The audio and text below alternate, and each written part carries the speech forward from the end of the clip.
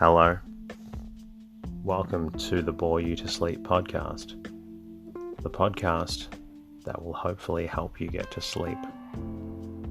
I am going to read an open source book, one that is not particularly interesting, but one that is hopefully boring enough to get you to sleep.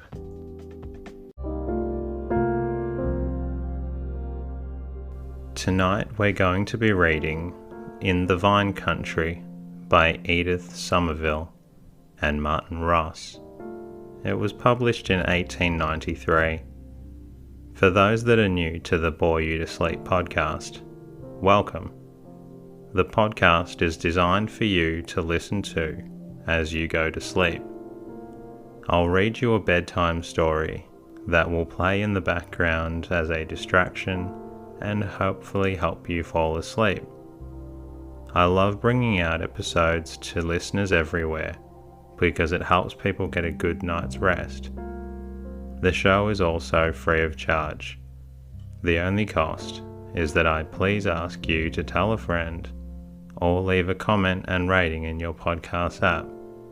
It helps me reach more people to help them get a good night's rest. You're also welcome to say hello at the website boreyoutosleep.com. In the meantime, sit back and enjoy the show.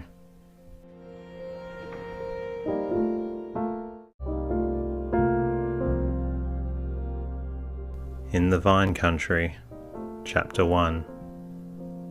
It was our first day's cub hunting, and things had been going against us from the outset. To begin with, we had started rather late. It is noticeable that the minutes between 5 and 6 a.m. are fewer and closer together than they are at any other period of the day. And when halfway to the meet, we found that Betty had given way to her sporting proclivities and had surreptitiously followed us. When it is explained that Betty is a Saint Bernard puppy of cart horse dimensions, whose expression of smiling imbecility only cloaks a will of iron, it will be understood that there was trouble before us. The trouble began at once. Directly she saw she was discovered, she ran away. And the next time we saw her, she was 3 fields ahead of us, lumbering cheerfully into covert at the heels of the hounds, pursued by several cows and the curses of the master. By the time that she had been caught and immured in the bedroom of the nearest cottage, we were covered with confusion and blazing with heat. And while we were precariously scrambling onto our horses' backs by the help of the pigsty door, we were told an excited old man that the hounds had found and were firing away like the devil out of the far side of the wood. This happened to be one of those statements that are founded not so much on fact as on a desire to keep things stirring and pleasant, but none the less did it send us at the inconvenient speed to the other side of the covert, there to find that the hounds had never left and were hunting slowly back towards the side from which we had just come.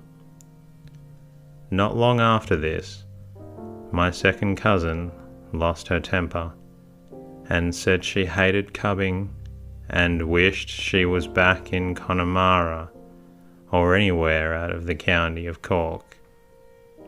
This expression of opinion occurred when she was picking herself up out of the potato furrow into which she and her horse had ingloriously rolled, and it was a good deal embittered by the fact that she had hurt her knee, torn her habit, and broken her hunting crop. The day ended with this incident, so far at least as we were concerned. Betty was released from the captivity that she had not ceased to bewail in quivering, infantine shrieks, and we turned our faces toward home. There is something very humbling in coming at 10 o'clock to a late edition of the family breakfast, with nothing to justify the routing up of the household at 5 a.m. except a torn habit and a bruised knee. And we said to each other, as we went unostentatiously up the back stairs, that cubbing was not worth the candle by which one had to get up to be in time for it. We did not know that a few days afterwards we should be hanging out of the window of the train as, at a painfully early hour, it passed a covert in the vicinity, straining jaundiced eyes of jealousy at the distant specks that represented the fields and the hounds, specks who were to remain in the county Cork and go out cubbing instead of faring forth, as we were doing to take our pleasure in foreign lands. The letter that we found on the dining room table when we came downstairs on that day had been sacrificed to Betty, was responsible for this unexpected change of circumstances. It said majestically, "You are to go to the vineyards of the Medoc, and must start at once in order to be in time for the vintage." And in spite of a grand and complete ignorance of Medoc, its vintages and wines in general, we accepted the position with calm and even satisfaction. The jibes of our friends were many and untiring, and were the harder to bear that we felt a secret skepticism as to their fitness for this large and yet delicate mission. What did we know of Chateau Lafite or Mouton Rothschild, except that a glass and a half of the former had once compelled my second cousin to untimely slumber at dessert, and when on a foggy morning we drove away from home, the dank air was heavy with prognostications that we should return as bottle-nosed dipsomaniacs, and the last thing that caught our eye as we turned the final corner of the avenue was the flutter of a piece of blue ribbon. We had singularly detestable journey to London, or perhaps it was that a summer spent in country remoteness made the train and its loathsome sister, the steamboat, more intolerable than usual. As far as Dublin, we were comparatively confident, though the trees at the station were rustling a little in the wind, and the window frames shook ominously in dismal accompaniment to the lamentations of the emigrants who crowded the platforms, waiting for the down train to Cork. There are happily few things in the world that are as bad as they are expected to be, but a bad crossing is worse than the combined efforts of imagination and remembrance can make it. This, at least, is the opinion of my second cousin, who ought to, by this time, have some knowledge of a subject to which, according to her own reckoning of the time occupied in each crossing, she has given some 50 years of the best years of her life. The trees and the window frames had not overstated the case, and we had the gloomy satisfaction of hearing the stewardess remark, as we neared Holyhead, that it had been a rough passage. We could have told her so ourselves, but still it was gratifying to have the thing placed on an official basis. In the pale morning, as we endured that last long hour before Euston is reached. We read in headachy snatches a pamphlet that we had been lent about the wines of Medoc, and our souls sank at the prospect of expounding the laws of fermentation to readers who would be as oppressively bored by it as ourselves. But our first day in London routed this hobgoblin. We were to enjoy ourselves. We were to taste claret if we wished, or talk bad French to the makers of it if it amused us, but to improve other people's minds by figures and able disquisitions on viticulture and the treatment of the phylloxera. That was not. We heard with thanksgiving to be our mission. The 3 days before our start were spent in the manner customary in such cases. That is to say, we moved incessantly and at an ever-quickening pace between the Strand, the Army and Navy stores, and High Street, Kensington, laden with small parcels, footstore from the unaccustomed flagstones, and careworn from the effort to utilize the underground return tickets that an ideally perfect program had indeed us to take in the morning. In addition to these usual cares, another more poignant anxiety fell to our lot. We were lent a kodak for the benefit of the unlearned. It may be mentioned that a kodak is a photographic camera of the kind that is to the ordinary species as a compressed meat lozenge to a round of beef, and as neither of us knew anything about it, it became necessary to learn its mechanism in a fevered 10 minutes, or to leave it behind. Ambition fired us to the attempt, and having adjourned with the kodak and an instructor to the severely simple scenery of the gardens on the Thames embankment, we received there our first and only lesson. What its results were will never be known to the public. A group of intoxicated ghosts lolling on a bench in the depths of a spotted fog can be of little interest to any one except the artists, and even to their indulgent eyes its charm is of a somewhat morbid character. After these agitations, the corner seats of a railway carriage at Victoria had a restful luxury about them that was almost stagnation. The consciousness of 2 portmanteaus registered to Bordeaux almost made up for the cumbrow's row of hand packages that squatted in the netting, and the half hour of waiting for the train to start was a period of soothing inaction, scarcely ruffled by the slow filling of the carriage to its limit of 5 on each side, and merely moved to a languid enjoyment by the inexorable determination of the latest comers and a bride and a bridegroom to sit next to each other, irrespective of all previous arrangements of old ladies and their baskets.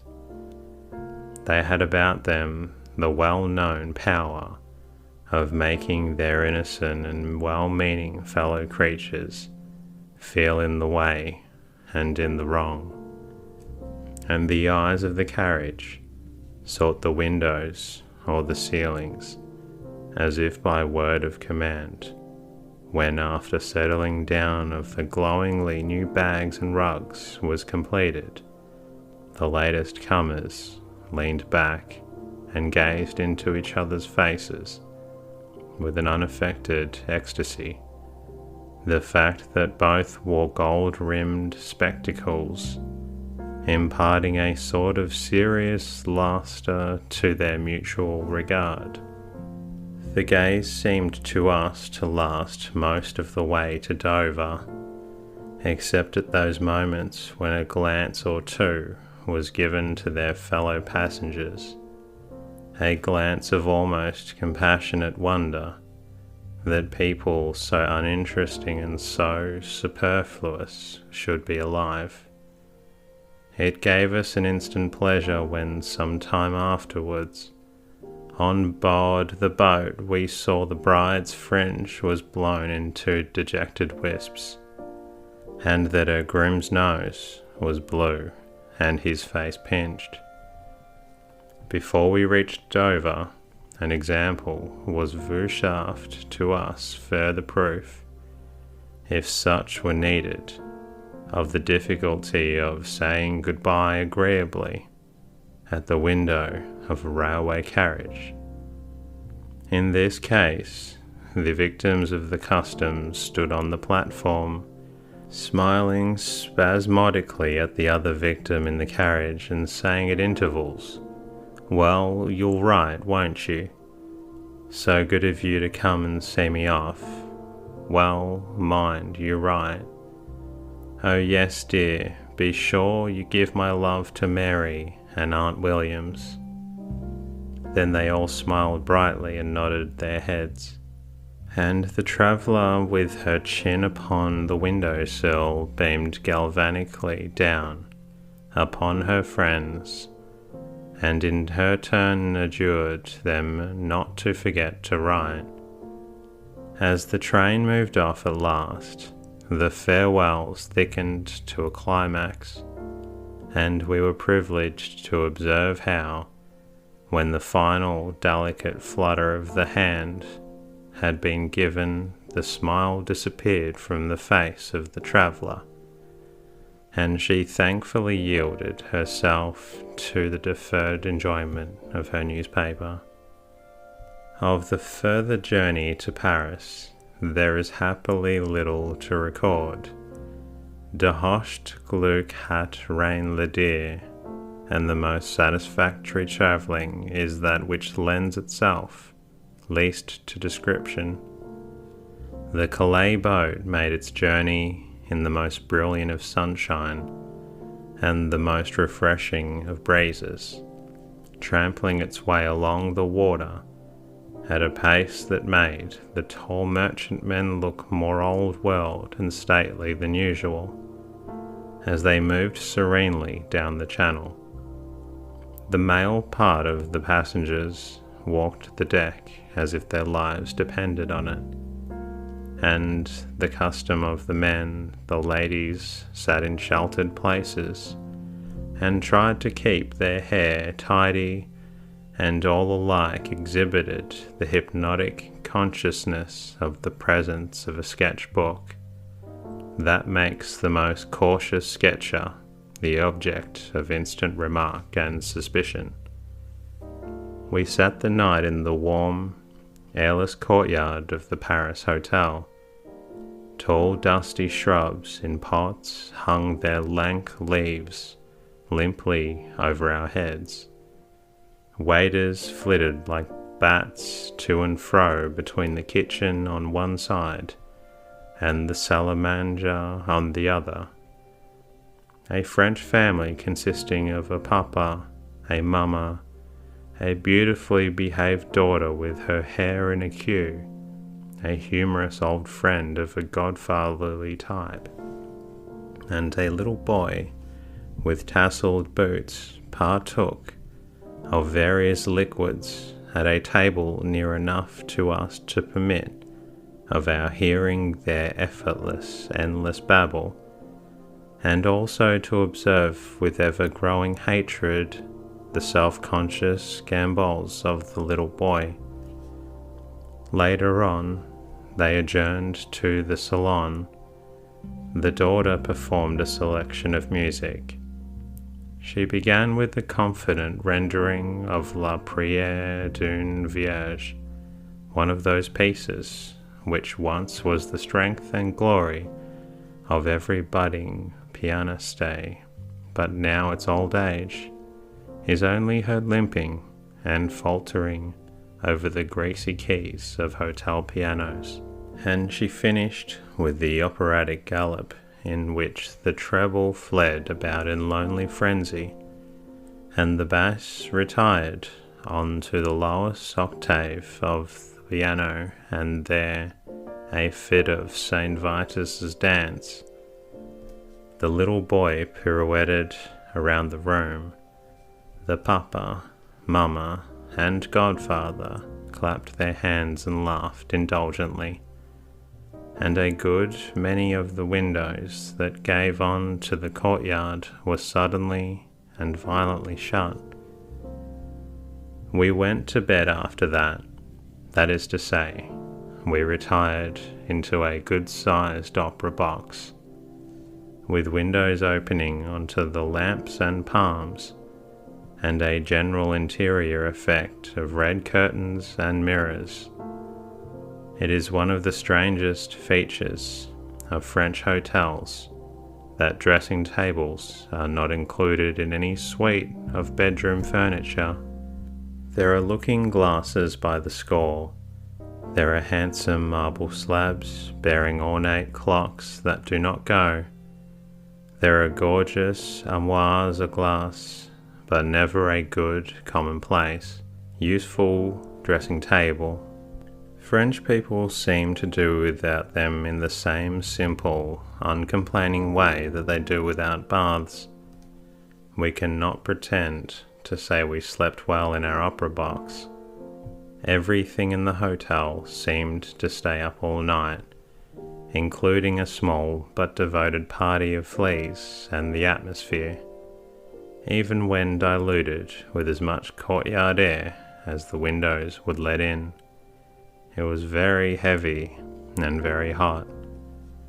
We came down the next morning feeling unrefreshed, and not at all disposed to bestow of our substance on the street musician, since 8 o'clock had been playing national airs on an accordion in the courtyard. That concludes tonight's readings. I hope it made you feel a little drowsy before sleep. If you want to listen to more episodes, you're more than welcome. Please check them out. And until next time, good night and rest easy.